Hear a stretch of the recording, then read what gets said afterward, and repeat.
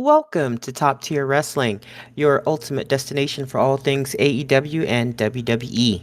Whether you're a hardcore wrestling fanatic or just a casual viewer, we've got you covered with the latest news, in depth show reviews, and our unfiltered opinions on everything happening in the world of professional wrestling.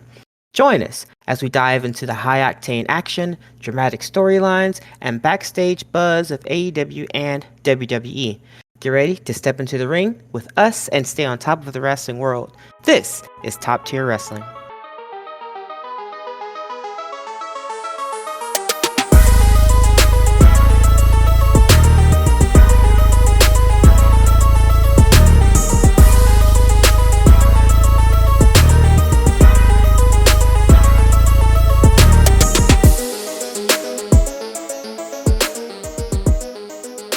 Welcome to Top Tier Wrestling. I'm your host, the Ring General, Josh, and joining me as always is El Grande Americano, Don. This episode, we're diving into WWE RAW from September 29th. Let's get into it. Woohoo! Happy International Podcast Day, folks. Woohoo! Is it really? Yeah. Oh, nice. I had no idea. Oh, that's fantastic. Google tells me everything. Hey, Google. Google is our rock on. overlords. I can see All the right. future. Okay. Well, I am happy to report that, unlike the SmackDown episode, this episode of Raw was pretty good. This one's coming to us from the Lenovo Center in Raleigh, North Carolina. And we have Wade Barrett and Joe Tessitore as our commentators. And, well, I didn't miss Joe. But this episode, they get things started off hot. And that is with, "This is my brutality," as Rhea Ripley immediately takes the stage, and the crowd in Raleigh, North Carolina just explodes for mommy. Yeah. Oh, man. Mm-hmm. Oh, man. If I may. You may, by all means. Let me tell you, I got this summed up perfectly. Okay, here we go. The show opens with Rhea calling out the Kabuki Warriors for their attack last Monday. But Io comes out and she admits that Rhea was right about Asuka and Kairi, but even still, they are her family. She walks out of the ring eventually, and Asuka and Kairi come from the other side and they attack Rhea from behind. They start stomping that ass, and Io runs back into the ring like, no ass stomping. She makes a save, but eventually she falls victim to Asuka's poison mist. And the beatings continue until referees and officials get in the ring to maintain the order. This is the drama that I was waiting for from the Kabuki Warriors and Rhea. I knew, and Io, I knew that it was going to happen. We both knew it was going to happen. I think everybody saw the writing on the wall here. But Asuka, it's like Asuka was made for this. It's like she's been waiting her whole life for this opportunity, and it is now her time to shine.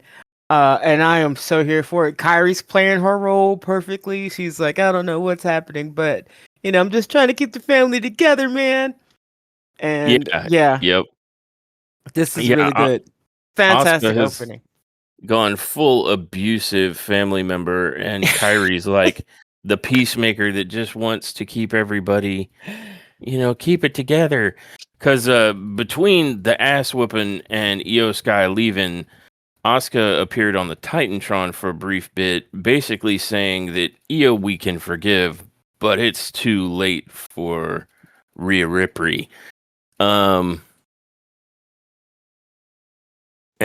it was pretty good. I was really impressed by how Asuka leaned into being like the abusive member of the family, but is playing psychological games with Io, and Kairi's pressuring Io to, instead of pressuring the abusive member, she's pressuring the one that's being abused to keep cool. Yeah. And it creates an interesting psychology And so Io's torn, like even though she knows Asuka and Kyrie did wrong, like she said, they're her family and she loves them.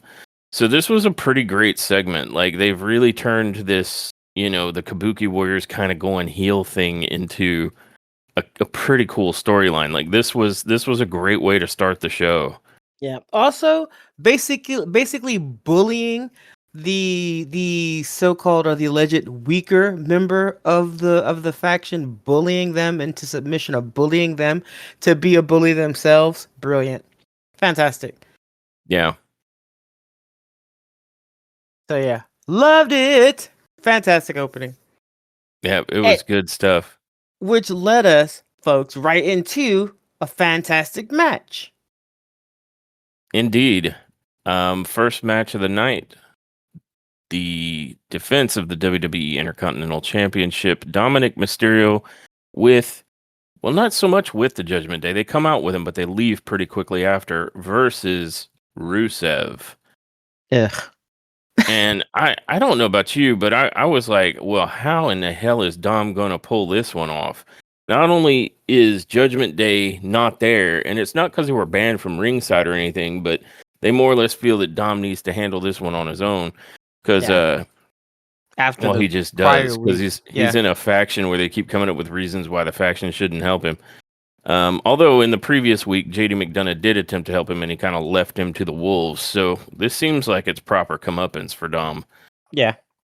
But yeah, I know I went into it. I'm not that excited about Rusev, unfortunately, but this match between Dom and Rusev, I was very curious to see how Dom, who has been impressing me increasingly over the past few months with what he ends up doing, especially channeling more of Eddie Guerrero. I was like, how are you going to deal with this monstrously larger than you opponent in Rusev? Because like, while he might not be like my guy, like I'm not like ooh Rusev, but like you can't look at Rusev and Dominic Mysterio and think anything other than Rusev is going to tear this man apart.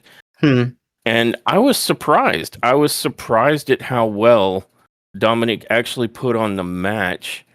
And I was really happy to see how much of the Eddie Guerrero playbook he ended up incorporating.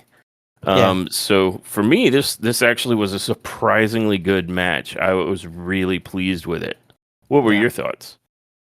I feel Dominic delivered a match that Eddie would have been very proud of.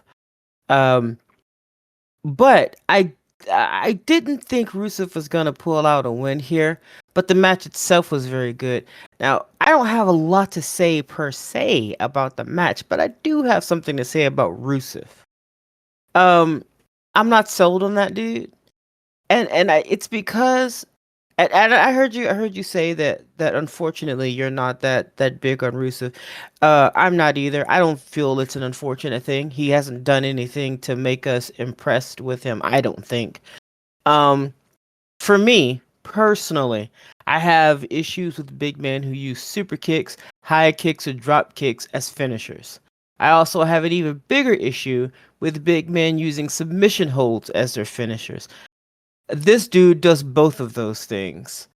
Um, no one is here to see your big ass ballerina kick anybody in the face. We want to see you drive your opponent's soul straight to hell. That's what we want to see. Like, Yeah. so Yep. you come out, you scream, you are impressively large, and you use that to your advantage until it's time to end the match. Then it's hey yeah, no, stop it, get some help. I don't want to see them. No, I want to see you put a Yeah. hole in the mat where your opponent used to be. That's what everybody wants to see. That's like I don't think anybody hired you to be the big dominating dude. You know, you're fighting against dudes like Sheamus, and you're fucking high kicking him in the throat. Get out of here. Get out of here. So that's why you're not impressive to me. That's why I don't think many people are sold on you. Aside from that, you are the goofier version of AEW's John Moxley. Nobody's here for that. Um, so yeah, that's why I personally am not into him, and I think some of the things I just said is probably why you're personally not into him. Actually, 100%. Like you pretty much took the words out of my mouth. I think I've even stated on previous podcasts that I wasn't real thrilled with the Sheamus and Rusev matches because here you have two of some of the biggest guys, and Sheamus knees and kicks a dude in the face, and you've got Machka kick and Accolade Boy here, and it's like Yeah. I know WWE writ large just seems to be terrified of big move bumps these days. Like people were criticizing that Karrion Cross doesn't bump, and I'm like, damn near nobody does. No, what to say? I mean, you've got these giant guys, and it's like, you know, they never want to throw power bombs and slams, or they certainly do it with like it's a big special ass deal instead of you get to ever see these moves hardly ever. It's Yeah. like they're saving it for a special occasion, and it's like I thought the special occasion is that I'm watching fucking wrestling. Um, you know, and so that shit pisses me off, and it's a big reason. And I'll just get into the comparison straight off the cuff that I'm finding myself much more interested in the in-ring action over in AEW because like they pull so much of the punch that they're not fighting anymore in WWE. Like it's gotten to a point where I feel like 90% of the matches are clotheslines and shit instead of like these big throws and grapples. Like Yeah. again, I occasionally you'll see like some of the smaller wrestlers bumping, but it seems like the big boys just don't wanna. I mean, you've got Rusev here, who was in the ring with Dominic Mysterio, so he should have been bodying this way, like Mysterio. I think weighs 200 pounds at like 6'3" or 4, and Rusev weighs I want to say 70 or 80 pounds more than that. I think they said he was 270. And I mean, he is just a mountain of muscle. So why am I not seeing him just throw this dude all over the ring like crazy and Well, he slamming did. him, like you said, leaving a hole in the mat? Yeah, he did. See that's you're basically you're touching on the issue that I'm having because yeah, he did a lot of slams. He did a lot of throws he tossed Dominic around, which is why his finishers are that much more less impressive if that's a sentence. That's exactly why. Yeah. We all see you pretty much dominating. We see you physically manhandling Dominic until it's time to win the match. Then you give us a high kick. And then when that doesn't work, you go in for a fucking hold? Really? A submission Yeah. hold. You're But I'm 322,000 pounds, my man. You bench lift your house. You bench press your house, and you for real high kicking somebody. Stop it. Get out of here. No, unimpressed. Eh. Fail. Weakest link. Get out of here.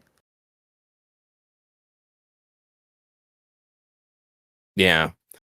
I don't know. I feel like I remember seeing Rusev hit him with like a fall away slam. Like like I really didn't feel like I saw nearly as much slamming and just driving Mysterio into the ground as I probably should have. I contrast that with like um Big Bronson Reed, who you know I see doing Death Valley drivers and World's Strongest slams, and every so occasionally like a sit out power bomb, and it's like, yeah, I that's what I came to see. You know, Yeah. like why am I not seeing more of that from these like because from all accountings, right? Like you book something like Sheamus and Rusev, it's supposed to be the mighty meat man kind of match. And I just don't feel I get that from them. Like Yeah. and at least not compared to where I have seen elsewhere. And even so it just he is a big man who would normally check the boxes, right? A big dude who theoretically is going to be all about power moves, and Yeah. he's not. And while I can appreciate differentiation, watching a guy who has all the attributes to be able to throw and slam somebody all over the ring, opting to use kicks and submissions instead, is a waste. At least that's my take on it as a fan. It's just not interesting to me coming from guys big enough to do something else. Because I Yeah. always feel like those moves are more for the guys who are too small to do anything but. Yeah. Yeah. Um, so when it comes from a big dude or several big dudes, and looking at you, Drew McIntyre and Sheamus, where their finishers are like a fucking kick, it just seems like a weak sauce cop out. Like you're big enough to do better than that. Like where is the Steiner screwdrivers and shit? Like we don't even Yeah. do pile drivers anymore in the WWE. So it's gotten so fucking kitten mittens in a lot of ways that it's just getting really hard to enjoy the in-ring ballet. Like the phrase "this isn't ballet" is starting to become less true in the WWE Yeah. with the See, way the work rate in the in-ring goes a lot of times. now I know you said he didn't do a lot of throwing and all that, and you're right. What I'm saying is he did though, because he didn't do a lot of them, but he started out strong. Russo started this match out strong. He started out, he I think he had like a body avalanche in there. They needed a fall away slam. They needed a vertical suplex. Then they did another suplex. And remember when they were out in the outside on the apron, he did another fucking what was it? I think it was a fall away uh where he tossed him over his head onto the commentary or the commentator's desk. So he started out dominant. And when I see dudes doing that kind of stuff, but then you want to finish with like a super kick, or you want to finish with the accolade or whatever that move is called, it just takes away from the fact that you are a powerful, dominant wrestler. Like why not pick him up like you were doing at the beginning of the match, slam him, slam him to hell, and then pin him? Or do you run out of steam like after the first 2 or 3 minutes of the match? If that's the case, then conserve your energy and slam at the end. Like I'm not understanding why you want to finish with that. Yeah. Like you start out by showing your dominance, right? Like, oh, look what I can do, and I even said when he was doing it, all right, my man, you ain't Brock Lesnar. I even said that because he's tossing over here. Okay, cool, but watch how you finish this match, though. Yeah, Yeah. tick. Yeah, and that might be a good example of the difference is that like Brock Lesnar throws and slams somebody to an excessive degree, and that's fantastic. Yep.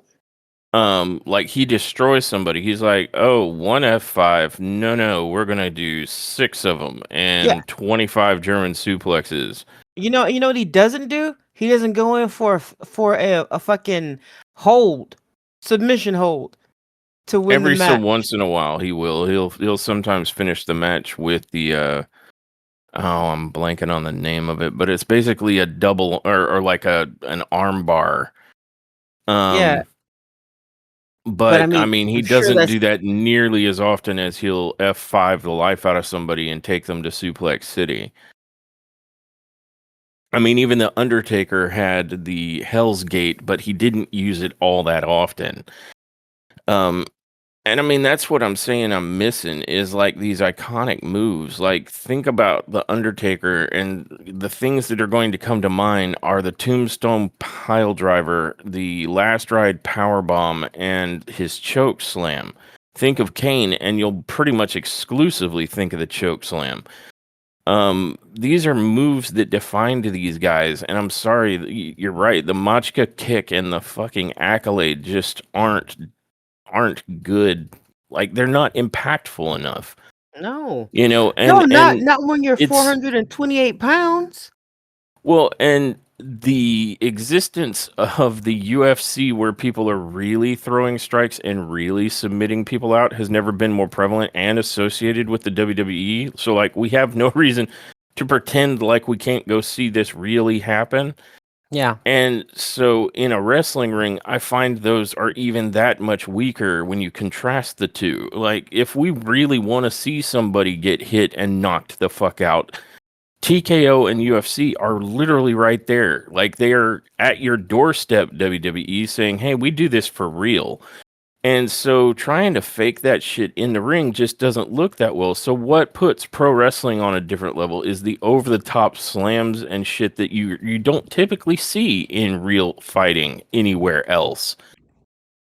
Yeah. So it to me it feels very cop out weak sauce to do those things when we know they're fake, and it's never been more obvious as shit to everybody in real time when you've got the UFC and TKO literally being advertised on your show, Yeah. and boxing matches and anything else.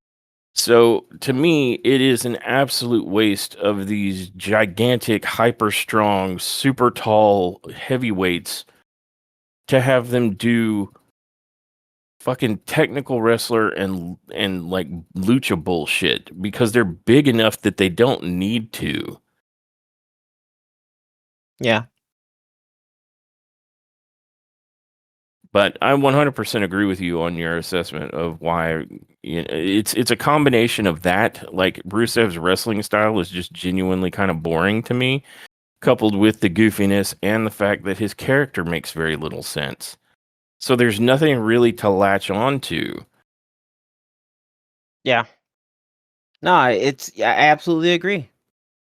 And him, like you said, him having a character that you're just not getting. That doesn't help him at all. Mm-mm. So, I mean, if I can't latch on to your in-ring style and performance, and I can't latch on to your character,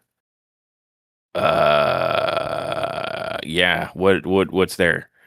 Yeah. So I think that's the big basis for the problems we're having with a connection to Rusev. Like, you're wondering why this guy's not getting over with the audience. That's probably it right there in a nutshell. Yeah.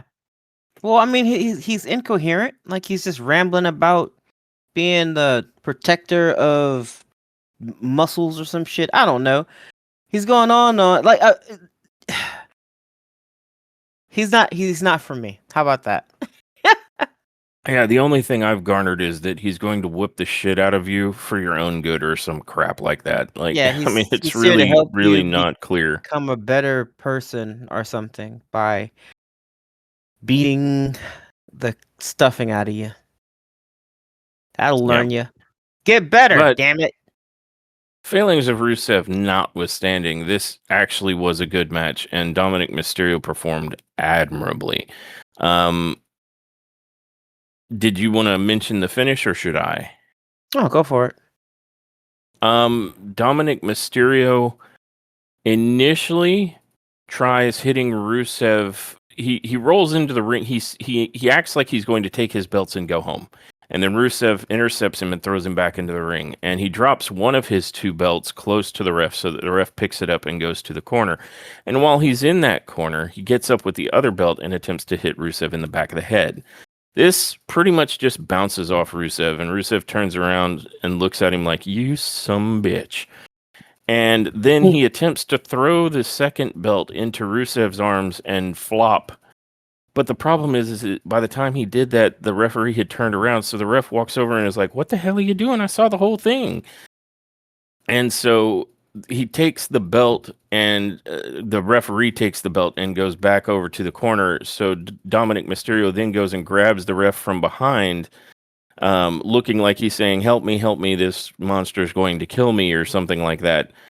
And then Rusev comes and grabs a hold of the back of Dominic Mysterio, and Dominic very overtly low blows Rusev and then rolls him up in a schoolboy pen.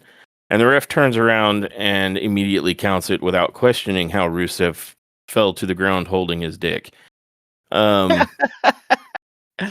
And it was brilliant. Like, it was like a whole bunch of the Eddie Guerrero playbook of him lying, cheating, and stealing his way to a win over a surprisingly large opponent.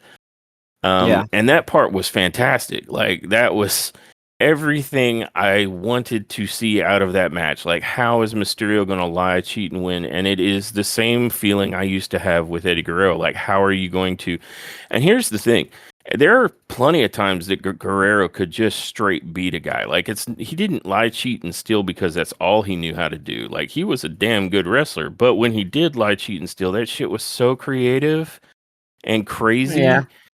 It was phenomenal, and I'm starting to see that really manifesting in Dominic Mysterio, and I'm here for all of that. That Yep. is phenomenal. Yeah, absolutely agree. Well, Now, oh, go huh? no, go ahead. Go ahead. I was just gonna move on to the next segment. Sounds good. Yep. Uh, which was LA Knight and Adam Pearce continuing to remind us that WrestlePalooza was a thing, and we all let it happen. LA Knight wants a shot at the World Heavyweight Championship, and the New Day still want the Mexican Destroyer banned. LA Knight doesn't care about what the New Day wants at all, and Kofi thinks that Knight should definitely care. Knight wants to fight about it, Kofi doesn't, and Pierce doesn't care. He just wants a drink. He makes a match between LA Knight and Kofi Kingston official for the night. True story, that's what happened. True story. Yep. And Kofi wanted to talk all that smack, but when Adam Pearce was like, "Oh, what did he say to LA Knight? Well, you don't make the matches." And Pearce was like, "Yeah, but I do, and it's official." And Kofi was Yeah. livid about it. He was like, "What the hell? Why would you do that?" He clutched the pearls, y'all. Yeah, he was he was shook about it. He was indeed fully shook. Shooketh. Uh, Following all of that, we ended up watching a very long segment about the beginning history of Seth Rollins and Cody Rhodes. I'm not saying that it was bad. I'm just saying it was long, and it was like part one. Uh, so there's more. There's more of that to look forward to. I know that you guys are so excited. I know I am. You know, typically I would be right there with you, but I did just say on SmackDown that I felt like this felt very thrown together. Like just because they're both the champions, they're going to meet at Crown Jewel. Yeah. And it was like there's been no recent heat between Cody Rhodes and Seth Rollins to build my interest. I feel like WWE realized that and they were like, okay, we got to actually, like, it can't just be because they're both the champions, they're just going to face off. We got to build some heat for this one. So they took the time here to try and do exactly that. Oh, they And did. They did. I don't know if part one did it so much for me because it was, like you said, just some long video package, but later I think that changes for me. Yeah. No. Later, this gets good, guys. Trust us. It gets good. But this was a very. I mean, it was a lengthy segment. Um, with those two basically talking to each other, but not in the same room. And then after that, we get a backstage segment where Bailey runs into Lyra backstage, and she's acting like she didn't lose her shit on Lyra last week. She's even wearing like one of Lyra's shirts, and uh, Lyra is just not impressed. Right? She ultimately tells Bailey that she cannot handle her bag of crazy, and she ain't gonna be in her corner when Bailey has her match later in the night. Uh, I think it's like right after that segment actually.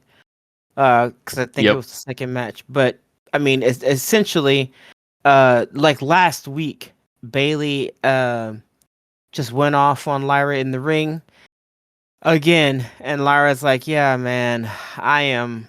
I am over all of whatever the hell this is, which of course means she'll be out there later if something goes awry in the match. We all know.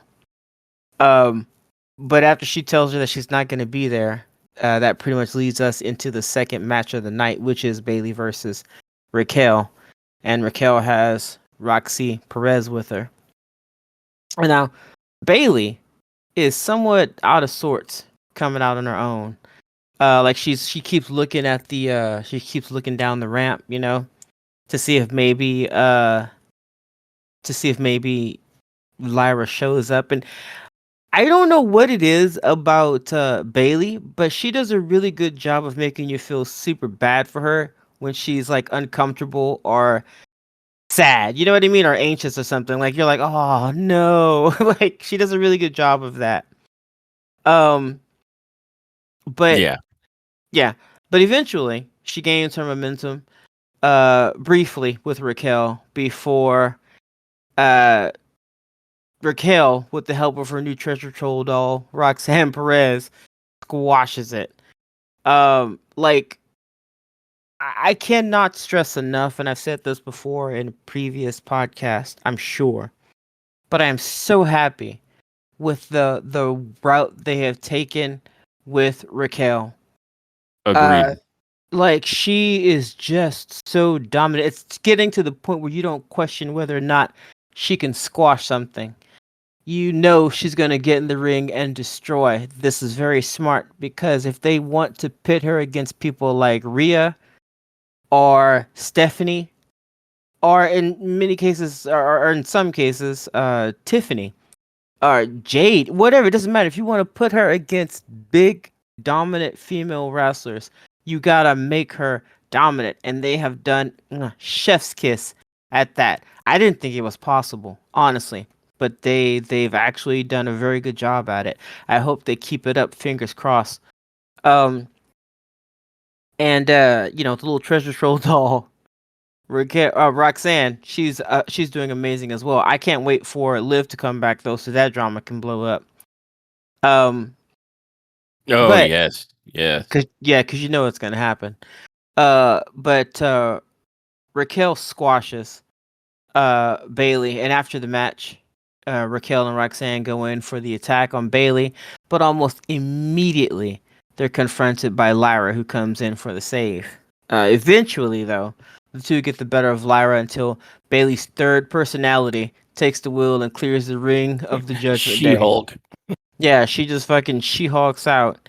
Now Lyra, who isn't sure which version of Bailey she's about to deal with, she's still in the ring, but she's on the ground. She's backing away from Bailey. But it's cool, y'all, because Bailey's now the huggy version of herself at the end of the confrontation, and her and Lyra stand victorious for now. Um, I I'm loving where they're going with this. I really am. And Bailey is doing a good job of selling it. I think that's the most important. She's doing a real good job of selling me on this. So I'm liking where they're going. I wish that Lyra was doing something like going for a championship belt. But I guess they have other plans for the belt that was meant for people like Lyra. Yeah, mayhaps. That's all I'm gonna say. Yeah. Well, I pretty much agree with your take here. I felt like this was a solid match. There was only one spot that I wish had gone better, and it's Bailey attempting to do either a counter into a stunner Oh or like, and yes. remember previously with the Stun Dog Millionaire, Yes. like Yes. she ends up not, it ends up not quite landing right. Now this time she like got back up and then literally just stunnered Raquel, like kicked her in the midsection. She might as well have thrown up two middle fingers and done it. So the second stunner looked good, but the first one that was supposed to be like a counter out of it did not. Yeah. Um, but otherwise, this was a very solid match between the two of them. Bailey was like doing some greatest hits stuff. Like there was a point where she threw up the Jeff Hardy hand signals and then drilled a swanton bomb into Raquel, and it was pretty good looking. Yeah. Um, She's and so the corny and adorable. yes, I love her for it. and she can pull off some really good stuff. When I guess she is produced to do so. Yeah. But I'm liking how they're depicting Raquel here. And there was a point where Wade Barrett said something about like, if we were giving out the award for most improved, Raquel would have already won it. Yeah. And we were forced to agree. Like Raquel is doing very, very good. And I tend to think she was probably more or less always that good. That's what she was doing in NXT, but Yeah. they wanted to book her for the longest time as being like this big, slow, not that great doofus. And now she's really getting to shine as like a powerhouse. There was a point I want to say that like Bailey attempted to do a tornado DDT out of the corner, but as she tried to spin Raquel around, Raquel just stopped the motion by like hanging on, like just caught Bailey and stopped it, and then flung Bailey to the mat like Yeah. it meant nothing. And I was like, now that is the dominance we need to see. Yeah. And then, of course, the way the match ends is with, after, of course, Roxy Perez rakes Bailey's eyes, which was the instigating act that got Lyra's attention, I think.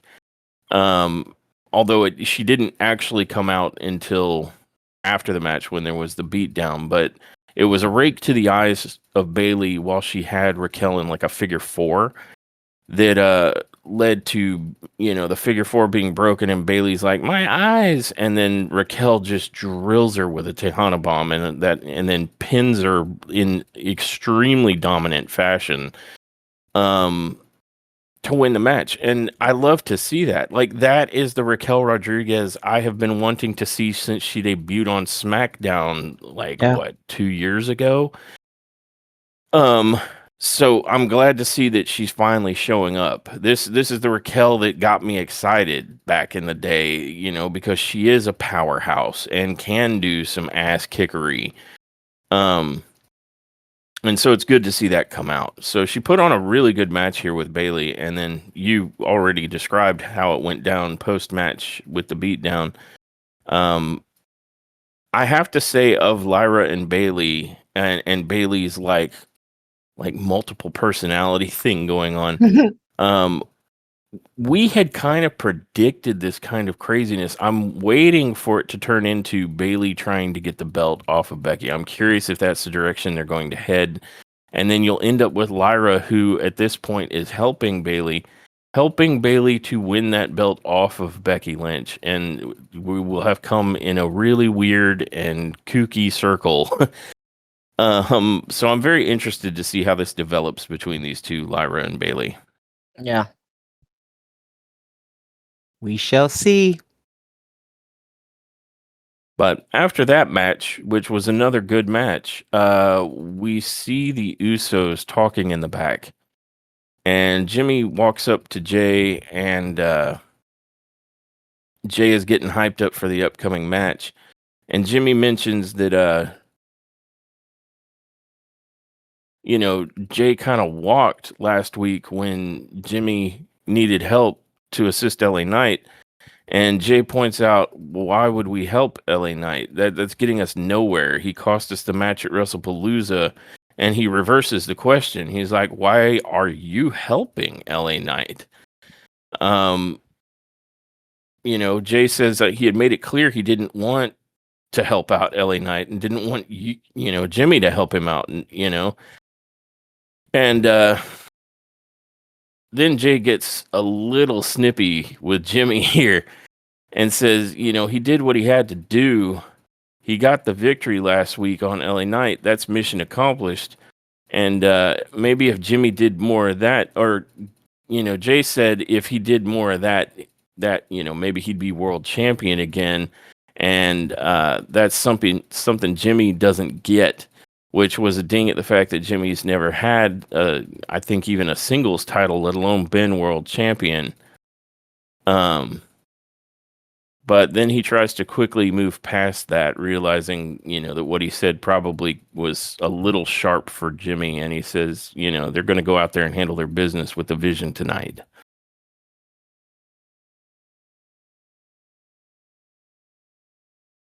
Yeah.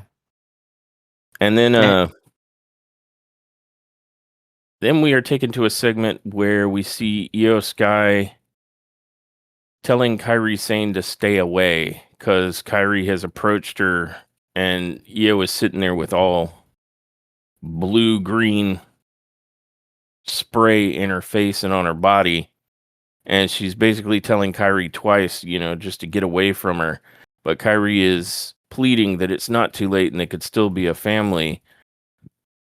All Io has to do is follow Kairi and apologize to Asuka. And Io says incredulously, apologize to Asuka? And then she just reasserts for Kairi to leave her the hell alone. And Kairi walks away dejectedly, leaving a picture of all three of them in Io's lap. Drama. drama. And that leads us into our third match, LA Knight versus Kofi Kingston with, of course, Xavier Woods. And what were your thoughts on this match? I feel that Knight stomped Kofi back to his Jamaican accent. Yep, I'm inclined to agree. I mean, is that it? Is that the sum and Yeah, total? that's it. Oh, I okay. mean it was essentially just a good match, but I mean it was a stomp match. And the way that LA Knight went about getting his what is it? BFT? Is that what it's called? Yes. Yes. The way he goes about getting his BFT is really clever. Did you want to describe And that or? I I mean you normally do the describing of the moves, but sure. Oh, okay, got you. Uh Knight goes for a belly to back suplex, and Kofi lands on his feet, which just leads Knight right into the BFT. Like it looked like Kofi was like, haha, I counter. And LA Knight was like, no, you don't. Did you though? And it was quite clever. It was really nice. He always gets his BFT really smooth, kind of like Randy Orton always gets his RKO. So it's always Yeah, from out of nowhere. indeed. And this one was like especially out of nowhere. Like we were kind of surprised. We were like, oh, oh, that's it. Yeah, yeah, it was really good. Yeah, my assessment of the match isn't too different from yours. It was a very solid match, and despite Woods running a bunch of interference, LA Knight still got a killer counter BFT off on Kofi for the win. So good match, not an especially long match, and all that smoke Kofi was talking about. One of us is formerly a world champion, and the other one's never been. Well, I guess we know that LA Knight could have taken the belt off you on any given evening, Kofi. Mhm. Yeah. Um, Following that match, I believe they gave us a brief recap. Well, brief relative to other less brief ones of Cody Rhodes' confrontation with the Vision that led to Randy Orton coming out on SmackDown. Yeah. And then we have a segment involving Becky Lynch. Oh. Would you like to speak to this one? Yeah, I will. So Tozawa is walking with Maxine backstage and giving her props for her progress. When Becky comes along to tell everyone that she's still the best female wrestler of our time, and it's not just her saying that. Tozawa says, "No, I'm the best female competitor." And Becky punched him in the soft spot for it. He dropped for it. He dropped. Maxine like turns her attention to Tozawa, you know, for some reason. Like she says something to Becky and Becky walks off, and then Maxine turns her back on Becky to check on the floored version of Tozawa, and she's promptly attacked by the best female wrestler of our generation. Look, it's not just me saying that, okay? She says it a lot too. Yeah, she'll definitely let you know if you haven't heard it from someone else. Yeah, if you haven't, just give her 5 seconds. She'll let you know. So that was pretty much it. Tozawa got punched in the soft spot. Uh, Maxine was like, no, and then she got beat up. And then people came to break it up, but by that time, Becky had already beaten the brakes off of her. And after that, she's walking up. The camera follows Becky from her attack. There's just fire in the back, like cats are screaming, firemen are chasing. It's horrible back there behind Becky. And she walks up to Seth. She asks Seth if he wants her to come out with him or any of the vision, or what is she? What does he need her to do? And he's like, I got to do this by myself. He's got to do it on his own. Uh, so yeah, that's pretty much what happened back there. That's how we met Becky the cat. That's what she. Becky reminds me of a very mischievous Siamese cat. I don't know why, but that to me is her personality. I can dig that. Yeah. All that But takes us though into probably one of the best like promos of the night, and I think it's the one that got both you and I interested in this match between Seth and Cody. indeed, Seth gives his full entrance and makes his way to the ring. And he is currently dressed in like this massive black, I want to say long coat and like a black shirt and jeans, and like high heels. I don't know about that one, but he comes out looking like Sith Rollins instead of Seth Rollins. And he proceeds to wait for the crowd to chant like for literally every wrestler on the roster. Like they were singing his song, and then it became OTC chants, and then it became CM like Punk. CM Punk or AJ Lee chants, and then it worked its way finally around to Cody Rhodes, and I think that's what he was waiting for, because a lot of his promo relied on the crowd eventually chanting for Cody Rhodes. Yeah. And so he comes out and he more or less presents that this upcoming match at Crown Jewel is a huge deal and one that may very well decide the next 10 to 20 years of the future of the entire industry. So he has painted this picture that Cody Rhodes, like winning or losing against him, is this massive existential threat to the future of the entire pro wrestling industry.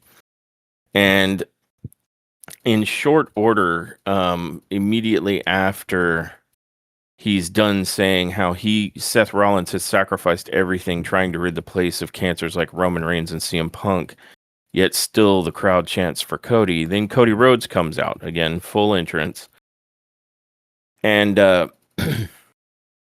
he more or Without the less says fireworks.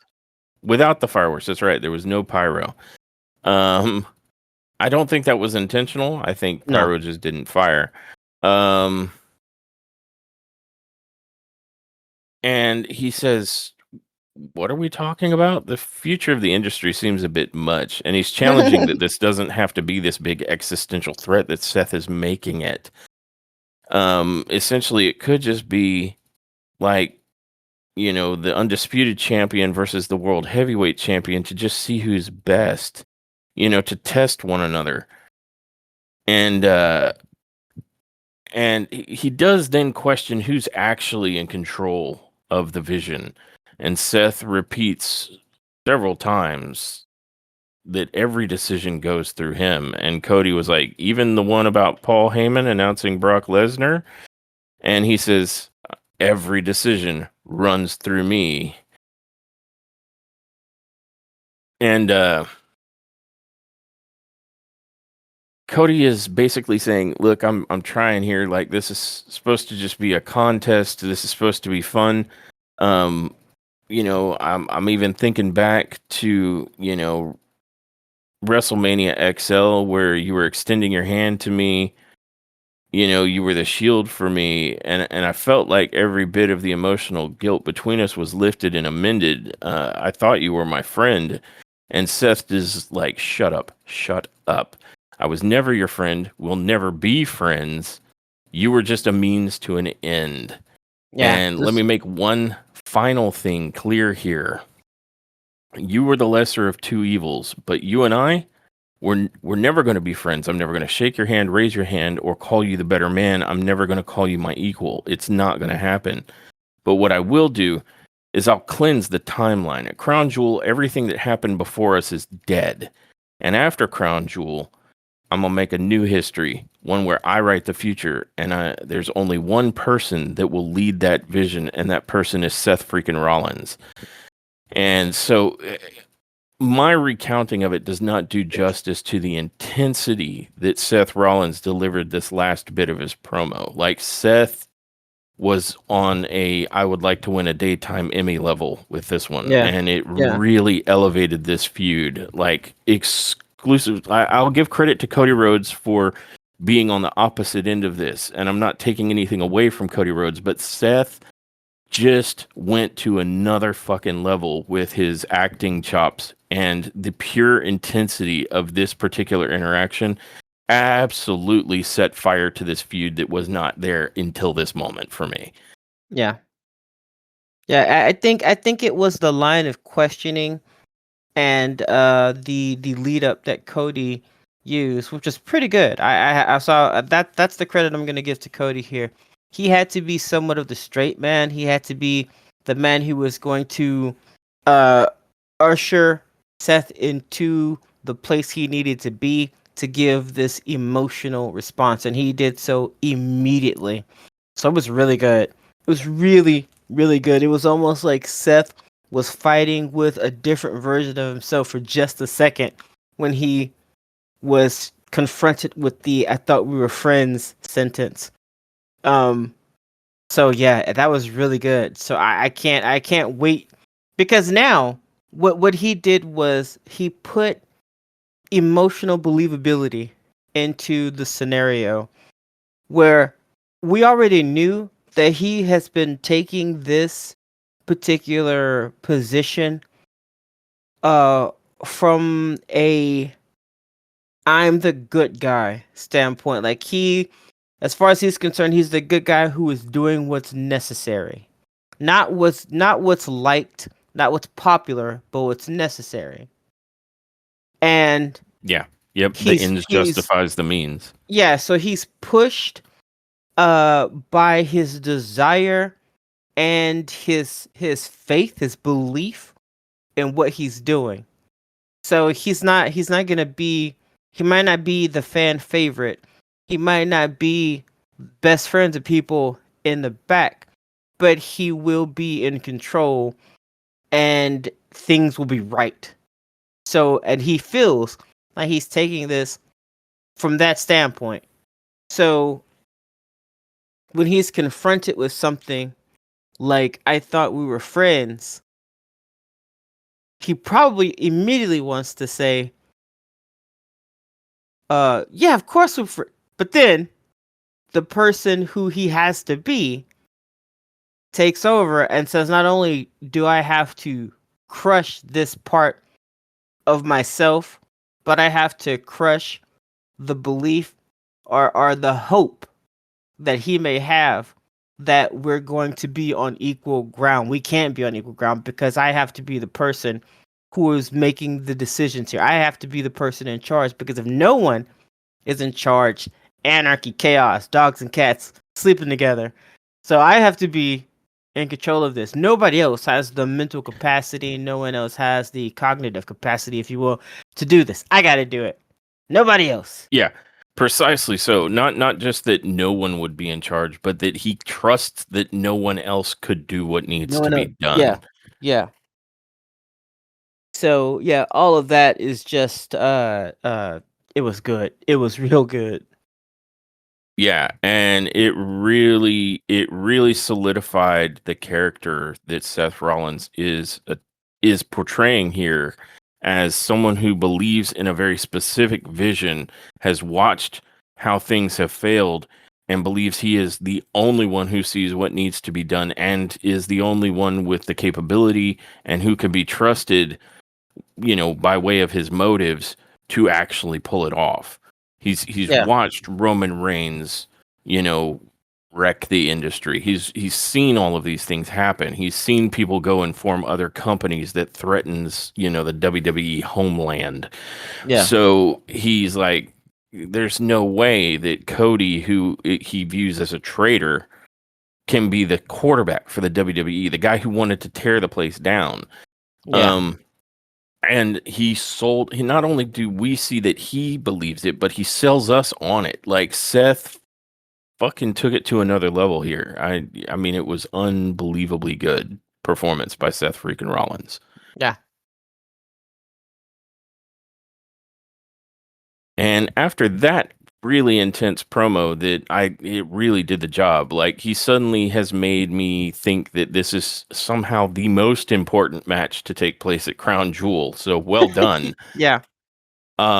We see Rhea Ripley catching up with Io Sky in the back. And she tells Rhea Rhea tells Io that she had a conversation with Adam Pearce, and at Crown Jewel. No, wait, I'm getting that backwards again, right? No, Io tells Rhea that she was right, and she's had a conversation with Adam Pearce, Yeah. and at Crown Jewel, Rhea and Io will battle the Kabuki Warriors. And Rhea looks immediately concerned and says, Io, no offense, but these are people that you just told me are your family. Yes. Yeah. Are It's you like are you sure you're up for this? Can 30 I minutes trust you? ago. Can I trust you, Io, that if we get into this match, you're going to be able to go through with this? And Io says Kairi Sane is lost and she can't go back to them. And that convinces Rhea, who agrees to the match and then hugs Io. So we've now got Rio. I keep wanting to say Rio. We've got Rio. Rhea I and love it. Io. Rio is the Rio. tag name. There it is. It's Yes. just Rio. Oh my We've god, I love it. we've got Rhea and Io facing off against the newly heel turned in the extreme Kabuki Warriors for Crown Jewel, and they have pre-built this match to happen. Like if you have been sucked in at all to this drama, then you absolutely want to see Io and Rhea battle it out with the Kabuki Warriors. And there's that part in the back of your mind that Rhea just spoke to. Will Io stay true, or will she betray Rhea in the end? And so this is automatically compelling. It's great. This is a Yeah. fantastic match, and this has been a fantastic angle. We weren't sure where it was going. It seemed weirdly like bad girlfriend relationship, but now it's gotten more to like a bad break in the family kind of a thing. And Rhea rightly speaks to, can I trust you on this one? Because you're having to go against your family. Are you going to turn on me because you still love them? And so it's immediately got the drama and the compelling storyline that makes this match an easy one to be interested in going into Crown Jewel. Well done. Yeah. Agreed. And I believe after that, we see AJ Styles performing Yeah. his phenomenal entrance, and he comes out to the ring, and the crowd's cheering for him. They're all happy to see old AJ Styles. They do, in fact, want some AJ. They do. And then I think there was a commercial break that comes back just a little at the end of Dragon Lee's entrance, but he is now in the ring with AJ Styles. And he's got the microphone initially, and he briefly says, that he's the number one contender for the AAA Mega Championship, and he's coming after Dominic Mysterio, and that he is honored to share the ring with AJ Styles, which then leads into a promo for AJ Styles. And AJ then goes on to thank everybody, but he mentions, much like Dragon Lee has his upcoming match, he himself has a match at Crown Jewel with John Cena, and he wants to thank the crowd because he believes, that happens because of them, because it's something they wanted to see. Truth. But then he goes on to say, however, tonight, Dragon Lee and we're going to kick Los Americanos' ass. And that leads us into the fourth match, which is AJ Styles and Dragon Lee versus Los Americanos with El Grande Americano. And Los Americanos are the two little El Grande Americano lookalikes that have been coming out recently, apparently now as a tag team, Los Americanos. And what were your thoughts on this match? Now, I actually don't have a lot to say about the match. I think if there was a match that was like the weakest match of the night, it would be this one. But I don't want people to think that the match was bad. It was not. Um but it was kind of a foregone conclusion whenever Los Americanos came out. But here's my problem.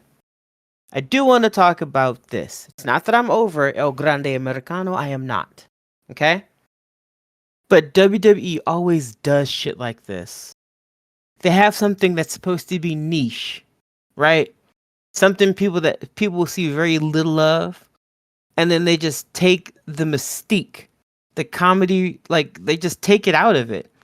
It used to be like the comedy relief, the oh my god, who's this, and now they've made them into a tag team, and I'm gonna be, it could be partly because I know who the other two guys are, who Los Americanos are. Maybe that's it, but I don't see the reason for this tag team. Um, how can I put this? Uh, Man, I think that's it. I just don't see the point. I don't see the reason for it. They were supposed to be um there for like a gag, there for like a storyline. And now we've legit made them a tag team, and I just don't understand why. Whenever I think of El Grande Americano, that's what I want to see. I don't want to see two people who pretend to be El Grande Americano sometimes now in a tag team match. And I know, and somebody out there might be thinking, "Man, that sounds really stupid," and maybe it is, but I, I, w- I'm just not. I wasn't sold. I wasn't sold on the idea. I liked them better when they were just coming out to confuse, quote unquote, confuse audience members. Um, yeah, and they didn't do I think, anything in the ring that was so stand out that I would think to yeah. myself, "Oh, they really do need to be a tag team." Yeah, this is wasted talent. I didn't get that. I still felt like I was watching. I don't know if anybody. In the South, we have the rodeo, and whenever people or cowboys are out there doing something dangerous with a bull or with an animal that could basically destroy them, they have those clowns that come out to distract the bull. That's Los Americanos. Sorry, that like it. Those they just come out to do like look at us, and then they just fucking fuck off. That's how I feel about it. So Yeah, I don't think any of what you said is like if somebody out there is thinking that's a completely pointless perspective or stupid, then I disagree. Because I mean, even if for example I didn't agree, I can see where you're coming from. Like Los Americanos and El Grande Americano are like a small doses gag, yeah, not a standard. Um like I think everybody who's ever seen El Grande Americano, whether it's Chad Gable or Ludwig Kaiser, is sitting there waiting for them to, move on from that gimmick. Like nobody's sitting there thinking this is the new version of Chad Gable or the new Ludwig Kaiser. And even yeah, fewer people probably thought that like the two extra surprise Grande Americanos were ever to be like a tag team that battles in the ring. exactly. Um, so I agree with you. And I do to some extent think that overexposure will wreck this gag. Like it's really funny in small doses. Yeah, Um, and it's definitely more of a gag that I think would fit in like Lucha's AAA. Like this could be a more standard act there, but it seems. I agree with you. I agree with you that it demystifies it and it overplays the joke. Um, I do think that this match was okay. I know who what is it? Bebop and Rocksteady? No, Blue and Red basically. It's what Riho and Bravo. Um hmm that are the two members, and it might as well just be called red and blue because the only way you really can tell the difference is one has a blue mask and the other one has a red one. And in fact, it's actually the first letter is kind of color coordinated that way. Bravo's in the blue mask, Riho's in the red mask. Now, we know that that is Pete Dunne and Tyler Bate. And I was never a fan of those two. Like they actively made me want to change the channel, to be quite honest. Yeah. So maybe some of that's carrying over. Knowing who's under the masks just kind of Yeah. kills it Yeah. for me. But I will say in this match, they actually seemed like they went outside of their typical shtick in the ring. Like they've modified their in-ring work to be more lucha style too. At least a little bit we got to see because, as you said, it was kind of a foregone conclusion, and Styles and Dragon really kind of raffle stomped them. Yeah. The only wild card would be, can El Grande Americano cheat a win for him? And he couldn't because AJ Styles took El Grande Americano out of the equation by like jumping on him from inside the ring. And so in a nutshell, we end up with a match that really was about putting Styles and Dragon over, who showed that they actually can perform really well as a tag team together. One of the things that I liked was the way it finished. You had Dragon Lee pop up, and it doesn't matter. It just one of the Los Americanos. It could have been Bravo, could have been Riho. It doesn't matter. But he pops up their opponent into or onto AJ Styles' shoulders, and AJ turns that into the position for a Styles clash, and then Dragon proceeds to do a like suicide plancha over the top rope onto the other one, Bravo Riho, who cares? And after he was taken out, that just left AJ all the time and opportunity that he needed to hit a massive Styles clash and pick up the win. So this was absolutely a squash match in favor of Styles and Dragon, giving them all the momentum leading into their upcoming matches. Yeah. So Dragon and Styles look good together, but I agree with your assessment about like Los Americanos and El Grande Americano. Like that is a gag I think best reserved in smaller doses, not a standardized act like that comes out and wrestles as a tag team, shit like that. But I mean, that's WWE's choice to make. But I agree with you. I agree with you on all of that because it is demystifying like the coolness factor of El Grande Americano and the mystery of like who were the other El Grandes. So I tend to agree. Like it wasn't a bad match, but it was a squash match. So it wasn't like any great big deal match. It sure won't be match of the night, but it was a nice showing for Dragon Lee and AJ Styles. Yeah.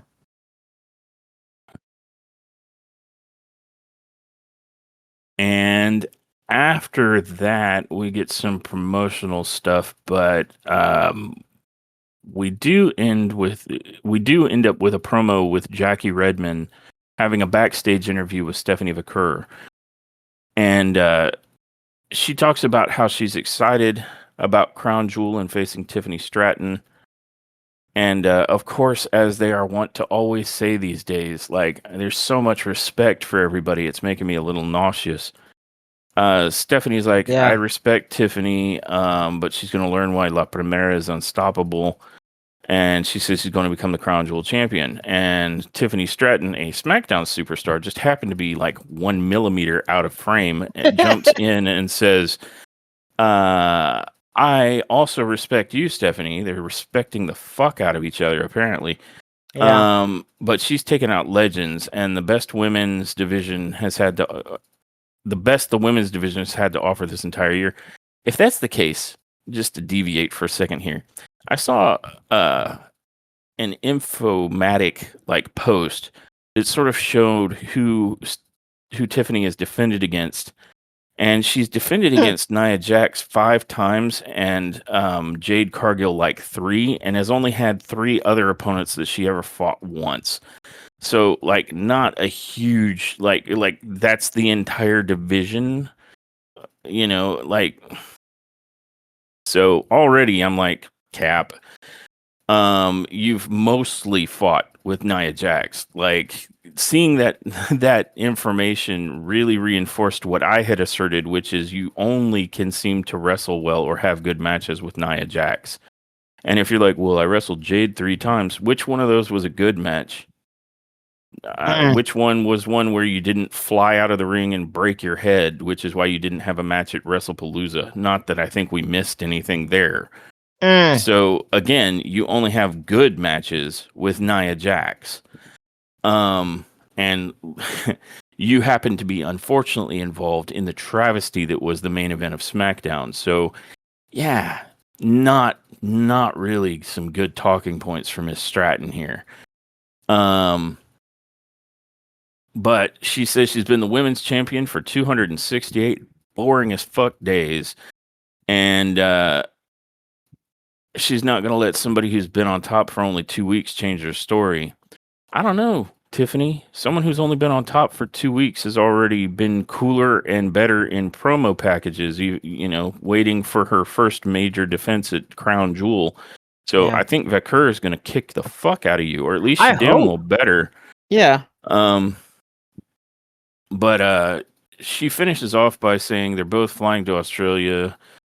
They're both, you know, going to show up at the arena. But one thing will always be the same. I'm like, but those other things were the same. Okay, whatever.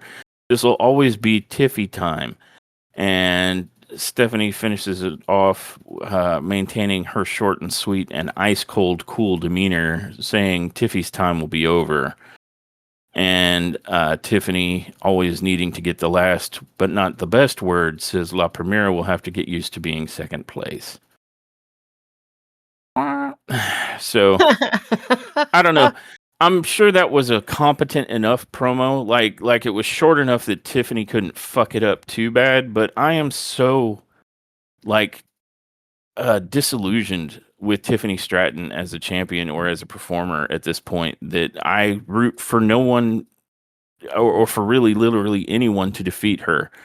I'm sick of her push. I'm sick of these boring ass matches that she can only have with Nia Jax. And I'm pre-tired now of the matches with Jade Cargill. Pre-tired. I think at this point, Nia Jax just needs to beat both of them up and put them both on the shelf. Tiffany, I'm over for a variety of reasons I've gone on and on and on about. And Jade, I'm really just starting to lose faith in. Like, she's got the look, sure, but she seems to be at the heart of every major main spot flub. Like, her in-ring ability is just too piss poor. So the one out of the three that I'd like to see the belt on at this point and to continue in the WWE would be Nia Jax. Yeah. Well, I mean, I don't disagree. I'm just kind of, boy, it's not that Tiffany isn't good. She's good, but everything else is kind of lackluster with her. Whereas Jade Cargill is okay in everything else but the ring. And Nia Jax, she's got the trolling down. She's good in the ring. She's strong. She's dominant. I mean, put the belt back on her so that we can move on because Jade ain't ready. Jade ain't ready. No. And Tiffany ain't interesting. I'm sorry.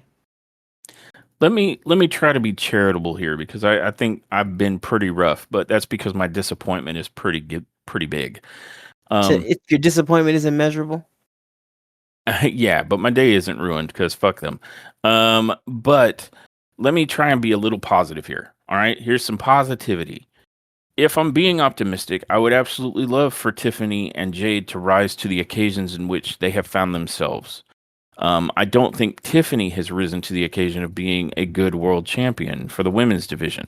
And I don't think Jade has risen to being the main eventer that WWE wants her so desperately to be because she looks so good. Like they got it's her look that is carrying her almost exclusively. Like she's not super the best on the mic and she's really pretty bad. Like Nia Jax fucking grilled her about it on that promo a week or so ago, Yeah. where she was spitting straight facts about like, well, yeah, you got the look, honey, but then you get in the ring and it's over. And Yeah. so I would love for them to correct my opinion of them as it stands now, but my opinion is what it is right now. I'll be one. I will happily be one over though. Like I'm not stuck on it. I'd prefer not to be the case. I want to like both of them. No. Give me a reason So to mark out for you, please. yeah, Please. That's all I want to do. let me love you, you know?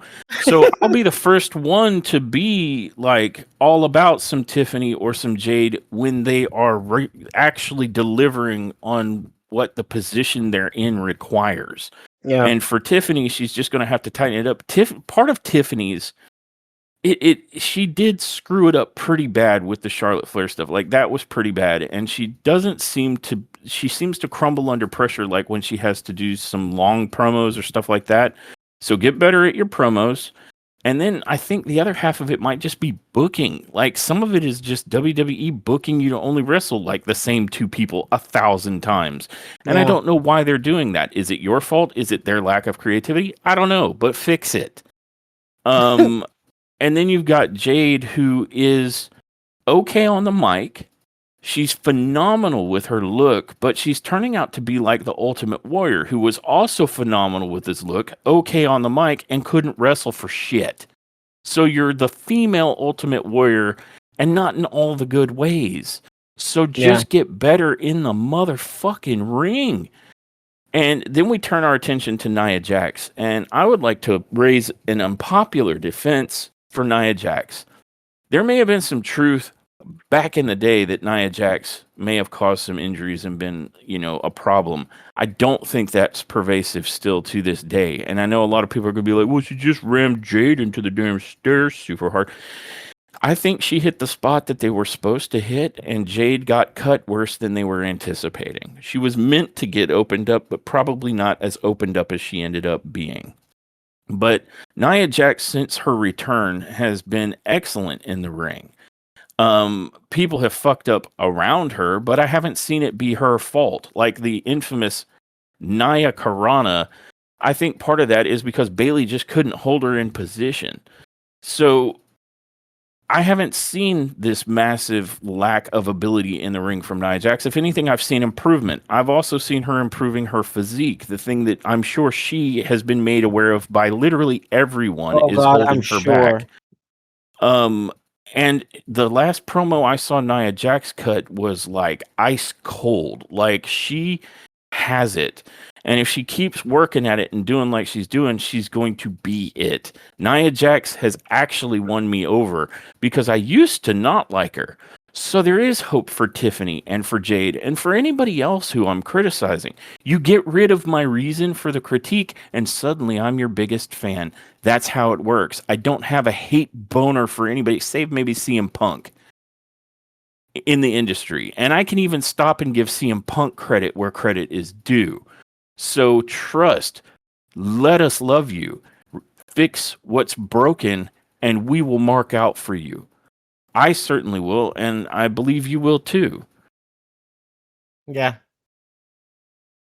So, on a positive note, if you guys can fix these problems, then we will absolutely sing your praises and cheer from the highest mountaintops that our top tier wrestling podcast gives us to cheer for you from. That is my positive message on the end of relatively scathing criticism. Yep. Amen. And following the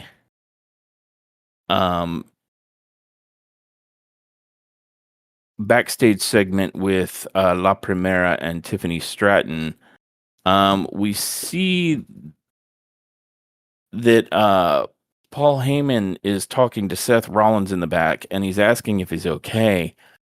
And Seth says, I've got to beat him.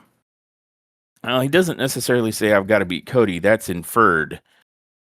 But Paul is like, well, yeah, sure, of course you got to beat him. And Seth is like, I've got to beat him. Like he stops him and says, no, you don't get it. I've got to beat him.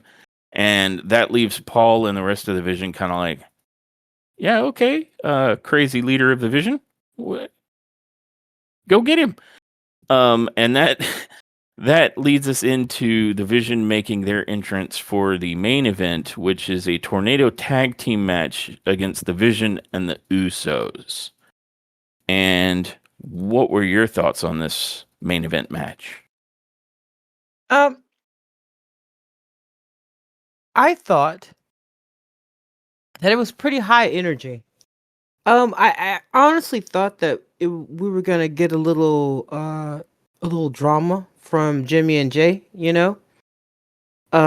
because I mean, Jay did throw out some very, very salty comments, right before,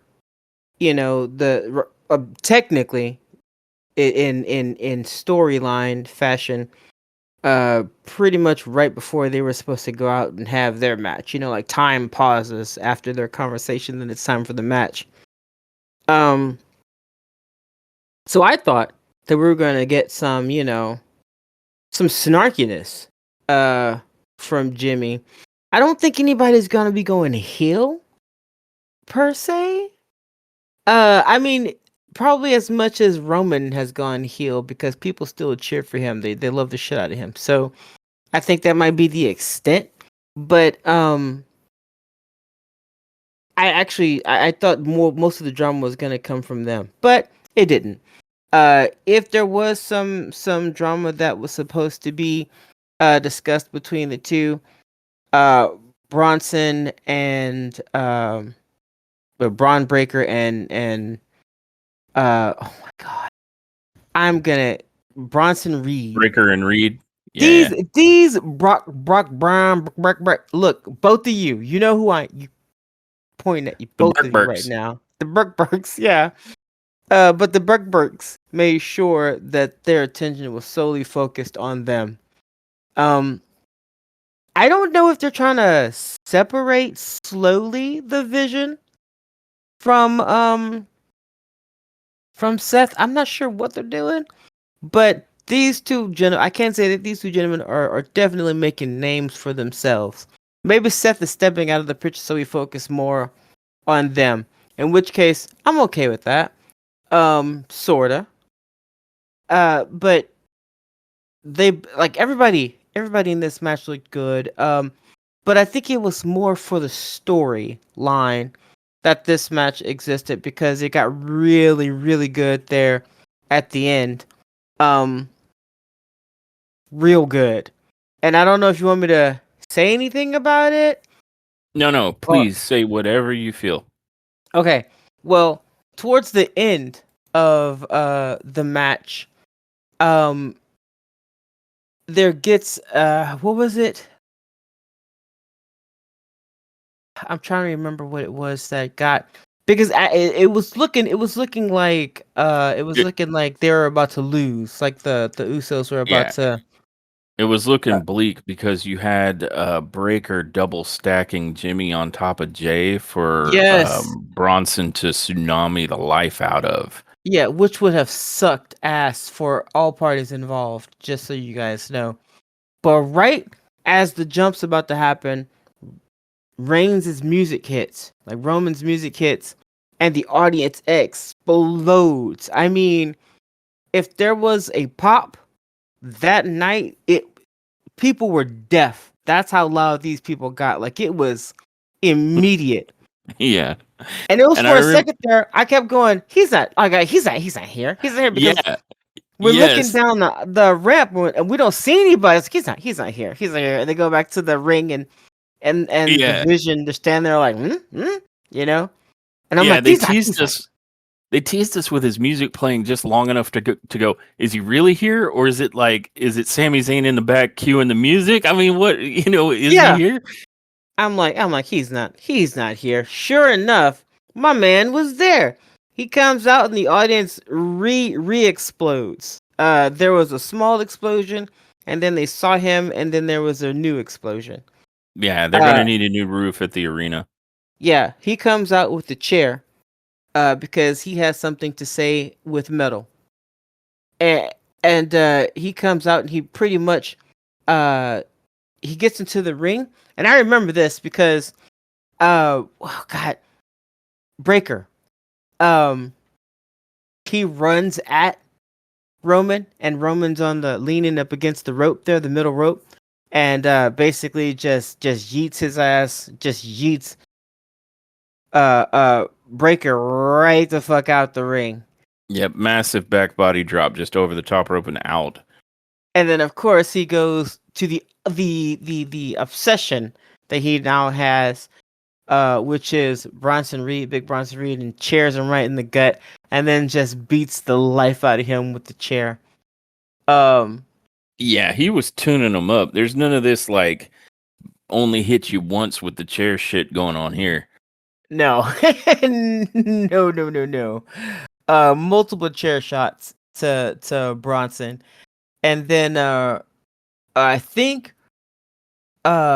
Reigns, he gets out of the ring. I think he's following Bronson, who rolls out of the ring, but he gets out of the ring and then he puts Breaker back into the ring, which at this point Jimmy and Jay have the upper hand again. I think Jimmy gives Breaker a super kick. Jay gives him a spear. And then they do that. The double ooze. Is that what it's called? The double ooze. Yep. They do the double Yep. ooze. To get the victory. And then after that, Reigns continues, well, with his beatdown. Oh yeah, like the nanosecond they won the match, he was back in the ring with that chair, like in with a quickness. Yes. So he's back in there beating the stuffing out of Breaker, because now he needs to get a piece.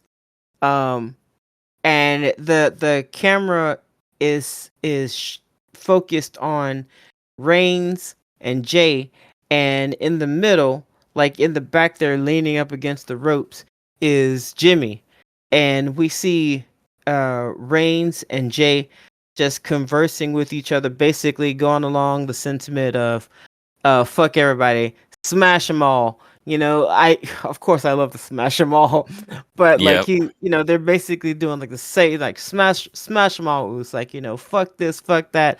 No, it don't nothing else matter but what's happening in this ring, family, bloodline, this, that, and Jimmy's leaning up against the Yep. ropes like damn, this is gonna be a problem. Yeah. I mean, Yeah. after Jimmy and Jay had that little conversation where Jay was like, "Hey, if you focused on that, you'd be a champion too. But I can see you don't know nothing about that." Yeah. He's Yeah. Yeah, it was great. Like Jimmy, sorry, Roman and Jay are like clasping hands in kind of that like bro hug where you sort of do a handshake into a hug, and Roman's just like, "This is what it's all about. No one's going to give it to you. You got to take it. Smash them all. This is all that matters." And with every line coming out of Roman, Jay is like, "Yeet, yeet, yeet," like he's saying "preach" to his cousin. It was great, and yeah, the whole time Jimmy is just like staring at him like these two. Lost causes. yeah, yeah. He's over there shaking his head like, "Oh man." So yeah, really, and that's pretty much how the show goes off the air. Uh, Completely different story than Friday Night SmackDown. Speaking Yes. of which, now honestly, speaking of which, what would you rate this episode? My final review here is that this was top tier. There were really good promos all around, like the promotion of what was happening with the Kabuki Warriors and Rhea and Io was phenomenal. The promo in the second part, the video package not so much, but the second promo face to face with Cody and Seth delivering that promo on another level. Again, Cody was just fine. I'm not trying to say he sucked, but Seth was on another level here. Um, and of course, solid matches, and the surprise return of Roman Reigns. This was top tier with the developing storylines, building heat for the Seth and Cody match, which I had literally just said in the last podcast. My interest was lacking because they haven't done enough to build it yet. Well, ding. Um, this episode fired on all cylinders. I am legitimately baffled that SmackDown and Raw are both the same WWE product, but Raw is so much better than SmackDown. Yeah. But I don't want to finish on that low note. Just to point out that it's surprising to me because Raw was so much better. This was top tier. 8 neck nubs. Oh, for sure. You get the exact same number from me. 8 neck nubs. Everything that I wanted this show to be, everything I wanted SmackDown to be, this show was. The storylines I'm interested in. I want to see where this is going with Bailey and Lyra. I want to see where this is going with the Bloodline. I want to see where this is going with I even want to see where this is going with AJ and John Cena. I want to see that match. I'm looking forward to everything they talked about. Yeet. Even LA Knight, I'm interested to see what the fuck they're gonna do with him. He just came in there just to talk some smack to Adam Pearce and then whip Kofi Kingston's ass. Maybe there was no storyline development there, but at least we got to see what we wanted. We got to see the wrestlers we love in good matches where they were dominant and they whooped ass and everybody was happy. I got to see Raquel fucking dominate. I got to see Bailey lose her shit. I get to see Lyra in the shortest skirt possible. Oh, hella yeet. We must stay focused, brothers. We must stay focused. She trying to get us. She trying to get us out here, y'all. Look, she ain't right for that. She was trying to get us. We gotta stay focused, y'all. We got to. Yeet. But yeah, no, this is an 8 neck nub show. For sure. I am excited and ready to see next Monday. I just wish we could skip Friday and pretend like Friday didn't happen and just go right to the next Monday. And that's yeet. And that's my verdict. That's my vote. Excellent. Yeah, I fully agree with everything that just came out of your mouth. Yeet. And yeah, it's unfortunate that I feel the same way about SmackDown. Like I'm getting to where I'm less excited about that show coming on the air because it has been a dumpster fire for some time, and I'd really love to see it turn around. Much like I said of Jade and Tiffany, I'm not here to hate this stuff. I'm here because I'm a fan of it. But when it's disappointing, I can't help but be critical of it. But my criticism comes from a place of knowing you can do better, and I'm a big fan when you do. So please turn SmackDown around, just in general. Because Raw is operating on like another level. Like the line that Roman liked to use, there's levels to this shit. Well, Raw is on another level, whereas SmackDown is like making NXT look like it's the second main show. Yeah. So I'm with you on that. But that has been our coverage of WWE Monday Night Raw from September 29th. And I want to thank everybody who joined us for this episode. And I invite you to join us for our next episode, which should be our upcoming coverage of Friday Night SmackDown. Fingers crossed that ends up being a much better review and a much better show. But until then, I don't think there's much for me to do but roll the outro. Bye, guys.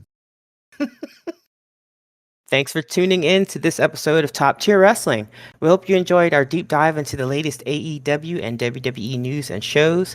Don't forget to subscribe to our podcast so you never miss an episode. Follow us on social media for updates and to join the conversation. Until next time, everyone, remember, wrestling is always better when it's top tier.